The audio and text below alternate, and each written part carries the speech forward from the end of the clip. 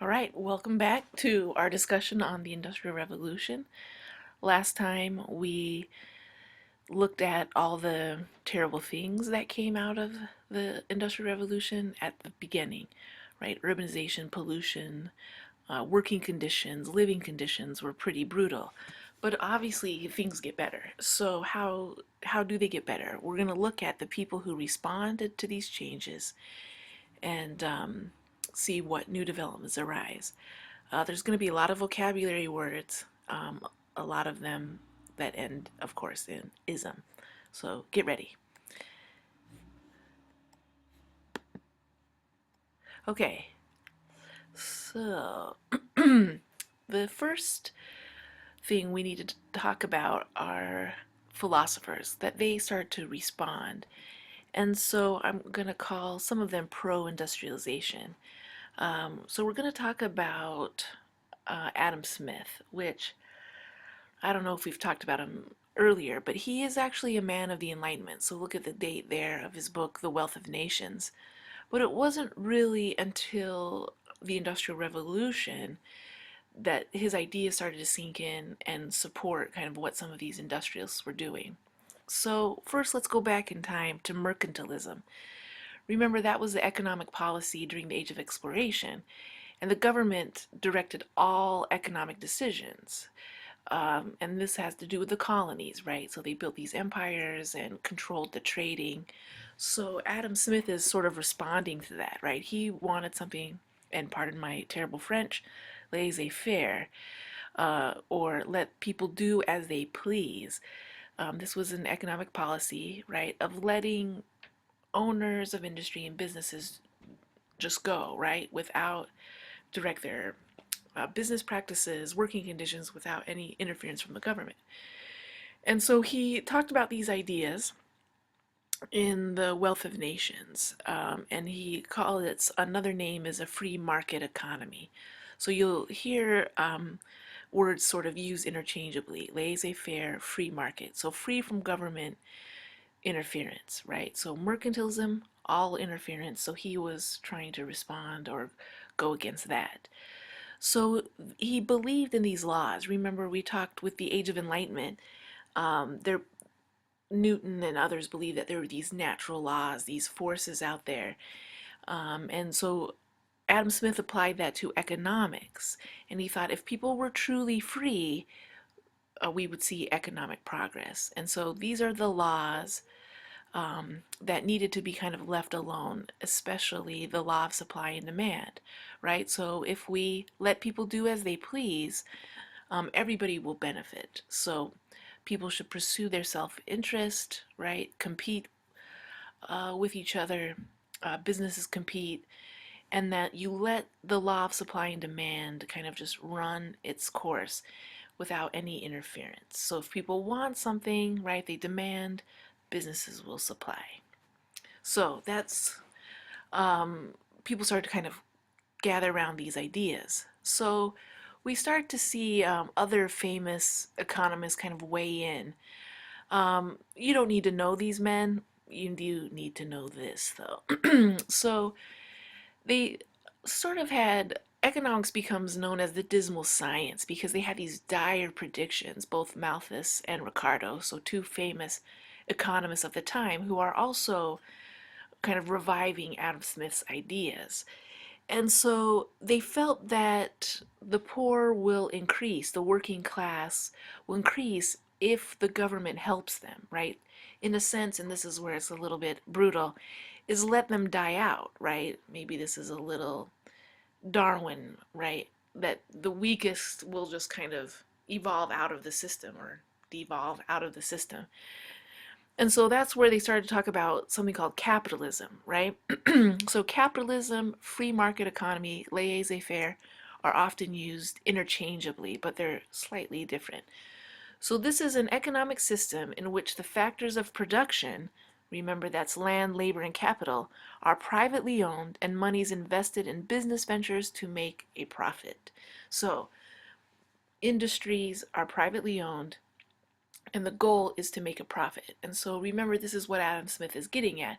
If you let it go, right, let the owners and business people just do what they think is best, everyone will benefit. And so if you interfere, right, as these guys predicted, you would only perpetuate working class, that the working class could not get out of it, right? They would always maintain that. Okay, so some other philosophers, though, looked at it differently. They were like, nah, maybe the government does need to step in. And so this idea is called utilitarianism, sorry, one of these many pro-intervention ideas. And this is Jeremy Bentham. And he said, okay, we need to look at our institutions, ideas, philosophies, and decide, are they useful, utilitarian? And so that the government, right, works to provide the greatest good for the greatest number of people. So not that everyone can do whatever they want, but what are we going to do that things that are useful and try to help out as many people as you can.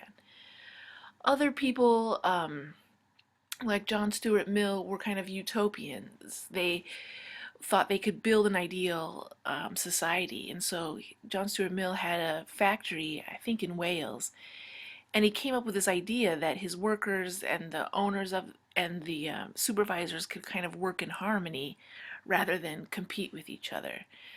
And probably the most famous or most influential of these pro-intervention ideas is socialism.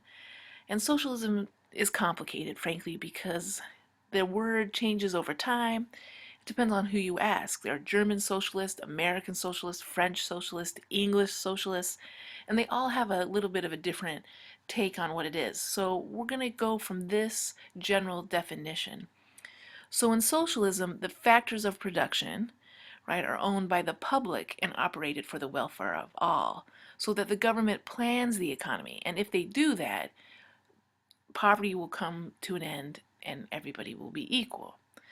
So capitalism, remember, land, labor, and capital are privately owned, and you work towards a profit. Here, society owns it, social society, and for the welfare of all. Okay, now, oh, ignore that. I forgot to take it out. So then, probably, like I said, there's lots of socialists, but the most famous is Karl Marx. And he introduces something called radical socialism, also known as Marxism. And he outlines these ideas in the Communist Manifesto. So he is a philosopher and he studies history and he sees that it's a conflict between the haves and the have-nots. So throughout history you see this conflict that the haves kind of exploit the have-nots. And he saw that the Industrial Revolution made this problem even worse. So we'll look at what his solution is, but how do you tell if someone's a communist? You look at their beard, right? Communists are all have big beards. So this is my brother who calls himself a communist. Can we see his beard? Outside of Karl Marx's home in Trier, Germany. So, a word to the wise. Okay, so here's his solutions. This is his radical socialism. So, in this case, in the Industrial Revolution, he's going to call the working class the proletariat. So this is a word you need to know. So proletariat means working class. And for Karl Marx, they are the have-nots. The bourgeoisie, and we've talked about this word for a long time, are the middle class, and they are the haves. And so eventually, most of the world are really the proletariat. And he says this is going to become a global thing. And they eventually will overthrow the haves. And when that happens, and again, he sees it as a global international movement, then that will equal communism, which is a complete form of socialism. So Karl Marx thought socialism didn't take it far enough. And this is where the means of production, right, the land, labor, capital, factories, businesses owned by the people, and that there was no private property. And so we'll review a little bit more in class, but the idea is everybody is equal and that there's a redistribution of wealth and everybody has an equal share in it. So these are some of these philosophies that start to influence people.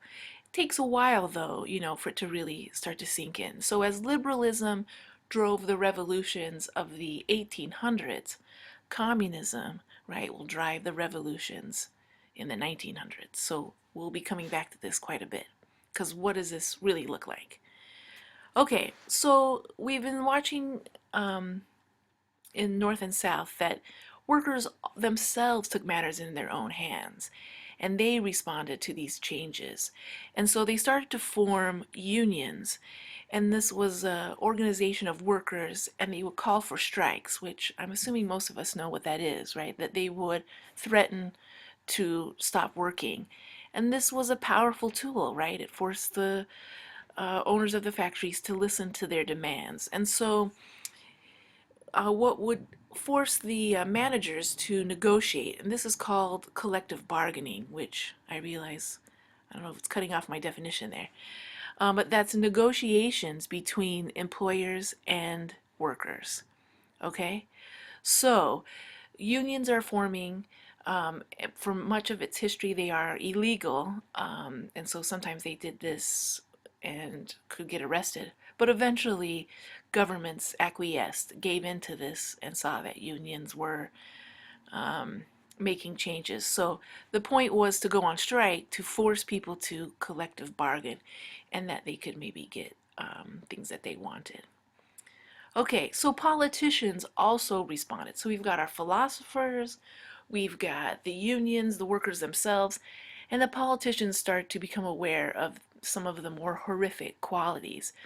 So these are a series, and you don't need to know these acts per se, but just to know there's a series of, this is in Great Britain, of course, parliamentary laws that go into place because they started to do studies and they learned about the terrible conditions in the mines, right? This is a woman. Can you see that she's chained to the waist here, hauling up coal out of the mines? I mean, mining today is dangerous. Can you imagine doing it back then? And so one thing that they addressed, of course, are the working conditions, and also, of course, if you notice, the young people, right? They started to limit child labor. How young could children be? And they're still letting pretty young kids work, but obviously they started to limit the amount of time that people worked. Okay, so this is also the time in history when women start to enter into the political world. And so as they saw some of these social ills, they responded it. A lot of women in the early and mid 1800s led abolition movements to end slavery. And of course, their main drive was suffrage, right, or the right to vote. And so this, as you know, and I'm sure I'll remind you, was a long fight, right, that they didn't achieve until the 20th century. All right, so governments and societies also started to look at how they could reform people. And so public schools, by this point, by the mid 1850s in the United States, throughout much of Europe, we talked already about Napoleon doing this, but Prussia and other places started to encourage public education because you could then have a smarter workforce. And notice our schools today are still run on the factory model, right? They were preparing students to work in the factory. So the bells would ring, right? You'd get up and you move to the next spot. Also, prisons. They thought they could reform people through prison reform. And so I took this picture, and I know you probably suspected because it's so amazing. But this is a jail in Dublin, very famous one. And it's part of it is super old, and then there's this new part. And this was built in this time in history. And they thought that if the conditions were not so dingy and dark, that people would change and become better people. And so when I was on the tour guide pointed to the ceiling here, and they put these big ceilings in here so the eye of God, would keep an eye on them and encourage them to reform.